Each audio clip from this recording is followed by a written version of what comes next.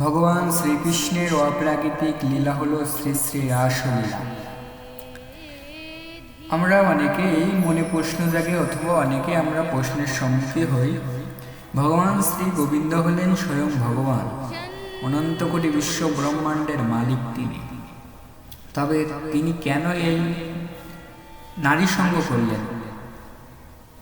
তার আগে আমাদের জানতে হবে এই রাসলীলায় যে সমস্ত গোপীগণ অংশগ্রহণ করেছিলেন, এই গোপী কারা?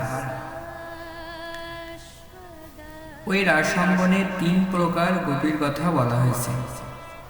এক হলো ঋষি পর্বা, 2 শ্রুতি পর্বা এবং 3 দেবী পর্বা। ঋষি পর্বা কারা? তা ভগবান শ্রী রামচন্দ্র যখন বনবাসে গিয়েছিলেন, সেখানের মনি ঋষিরা তাকে দেখে মোহিত হয়ে গিয়েছিলেন। ভগবান শ্রী রামচন্দ্রকে মনে মনে প্রতিরূপে বরণ করেছিলেন ওই ঋষিরা। তো ভগবান রামচন্দ্র ছিলেন মর্যাদা পুরুষোত্তম, তিনি নারী নিয়ে কোনো লীলা করেন না। তাই তিনি আশীর্বাদ করলেন যে আগত দাবার যুগে তোমাদের মনোবাসনা পূর্ণ হবে। সেই সমস্ত ঋষিগণ দাবার যুগে গোপী হয়ে রাসলীলায় অংশ নিয়েছিলেন। দ্বিতীয় হলো শ্রুতি পর্বা। বেদের অধিষ্ঠাত্রী মন্ত্র শ্রুতি পর্বার ওই শ্রুতির মন্ত্রগুলোও গোপী রূপে ভগবান শ্রী গোবিন্দের রাসলীলায় অংশ নিয়েছিলেন। আর এক হলো দেবী পর্বা। দেবলোকে যত দেবী আছে সবাই গোপী রূপে জন্ম নিয়ে ভগবান শ্রী গোবিন্দের রাসলীলায় অংশ নিয়েছিলেন। তাহলে রাসলীলায় অংশগ্রহণের কোনো গোপী সাধারণ ছিল না, তারা ছিল সাধন সিদ্ধা, কৃপা সিদ্ধা। গোপীদের বয়স কত ছিল? ভগবান শ্রীকৃষ্ণ 8ম বছর বয়সে তার রাসলীলা সম্পূর্ণ করেছিলেন। গোপীদের বয়স ছিল 4 থেকে 7 বছর বয়সীদের মধ্যে। তা ভগবান শ্রী গোবিন্দকে প্রতিরূপে পাওয়ার জন্য গোপীরা অঘটন ঘটিয়সী মহামায়া কাত্যায়নী দেবীর শরণ নিলেন। তারা 1 মাস ব্যাপী হবিষ্যন্ন গ্রহণ করে কাত্যায়নী ব্রত পালন করলেন। প্রতিদিন ব্রহ্ম মুহূর্তে উঠে স্নান করে কাত্যায়নী দেবীকে আরতি করতেন। কাত্যায়নী দেবী তাদের প্রতি অত্যন্ত প্রসন্ন হলেন এবং তাদেরকে দেখা দিলেন। তখন কাত্যায়নী দেবীর কাছে তারা কি চাইলেন? কাত্যায়নী দেবীর কাছে চাইলেন, কাত্যায়নী মহামায়ে মহাযোগিন্নধীশ্বরী নন্দগোপসুতম দেবী প্রতিমে কুরুতে নমঃ।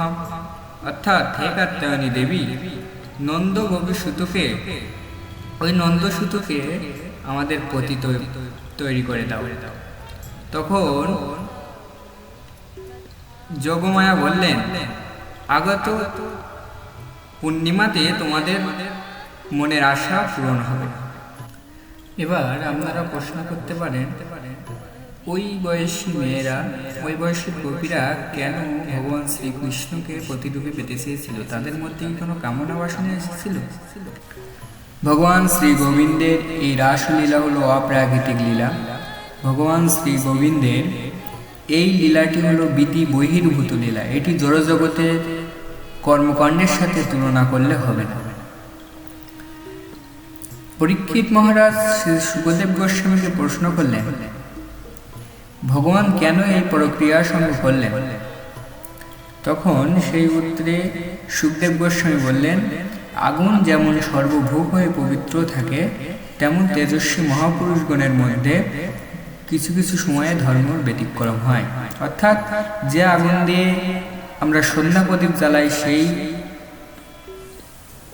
সেই অগ্নি দিয়ে আবার মরা পুরানো হয়। তা আগুন সর্বক্ষেত্রে পবিত্র, তেমন তেজস্বী মহাপুরুষের মধ্যেও এরূপ ধর্মের ব্যতিক্রম দেখা যায়। শাস্ত্রে এও বলা হয়েছে, সিদ্ধ করা ধান এবং বীজ বপনের ধান একই দেখতে, কিন্তু একটি ধান থেকে বীজ উৎপন্ন হয় এবং আরেকটি ধান থেকে শত চেষ্টার ফলেও বীজ উৎপন্ন করা যায় না। সিদ্ধ করা ধান থেকে কখনো বীজ উৎপন্ন হয় না। তেমন গোপীগণের মনে গোপীগণ হলেন সিদ্ধ করা ধান। তাদের মন থেকে কামনার বীজ উৎপন্ন হয় না। এই লীলাটি সম্পূর্ণ জীবাত্মার সাথে পরমাত্মার মিলন। এই দেহটা আমি নয়, আমি আত্মাটা আমি। এই আত্মার সাথে পরমাত্মার যে মিলন, সেটি বোঝানো হয়েছে রাসলীলায়। রাসলীলাতে দেহের সাথে দেহের সম্বন্ধ নয়, বরং জীবাত্মার সাথে পরমাত্মার মিলন ঘটানো হয়েছে এই রাসলীলায়। তাই শাস্ত্রে বলা হয়েছে, আত্ম ইন্দ্রিয় প্রীতিবাঞ্ছা তারে বলে কাম, কৃষ্ণ ইন্দ্রিয় প্রীতিবাঞ্ছা ধরে প্রেম নাম। কৃষ্ণের সাথে প্রেম একমাত্র শুদ্ধ প্রেম, আর জড়জাগতিকের প্রেম কামযুক্ত। তাই জড়জাগতিক প্রেমের সাথে ভগবান শ্রীকৃষ্ণের রাসলীলার যে অপ্রাকৃতিক লীলার যে প্রেম, ভগবানের সাথে যে প্রেম, তা কখনো এক হয় না, তা এক করা কখনো উচিত নয়। তাই ভগবান শ্রীকৃষ্ণ কি করলেন, শারদীয় পূর্ণিমা তিথিতে গোপীদের মনের আশা পূর্ণ করলেন। কিভাবে করলেন? এখানে সুখদেব প্রভু বন্দনা করছেন, ভগবান পীতরাত্রিহ শরদোৎপল্ল মল্লিকঃ বিক্ষরত্নাত্মনচক্রে যোগমায়া উপসৃতঃ। অর্থাৎ সরৈশ্বর্যপূর্ণ পরমেশ্বর ভগবান শ্রীকৃষ্ণ পুষ্পিত মল্লিকা কুসুম রাশি সুরভিত সেই শরৎকালীন রজনী অবলোকন করে তার যোগমায়া শক্তির প্রভাবে তার প্রেমময় লীলা উপভোগের ভগবান শ্রী গোবিন্দ যখন রাসলীলা করছিলেন, তখন মদনদেব অর্থাৎ কামের অধিষ্ঠাত্রী দেবতা হলেন মদন। এই মদন দেবতা ভগবান শ্রীকৃষ্ণকে কামে জর্জরিত করার জন্য তিনি কামবাণ নিক্ষেপ করলেন। কিন্তু সেই কামবাণকে ভগবান শ্রীকৃষ্ণ আহ্লাদিনী শক্তি ধারণ করে বাণকে হরণ করে শ্রীমতী রাধারানীকে যখন বামে ধারণ করেছেন, তখন তা দেখে কামদেব মোহিত হয়ে গেলেন। এখানে স্বয়ং কামদেবকে মোহিত করছেন ভগবান শ্রী গোবিন্দ।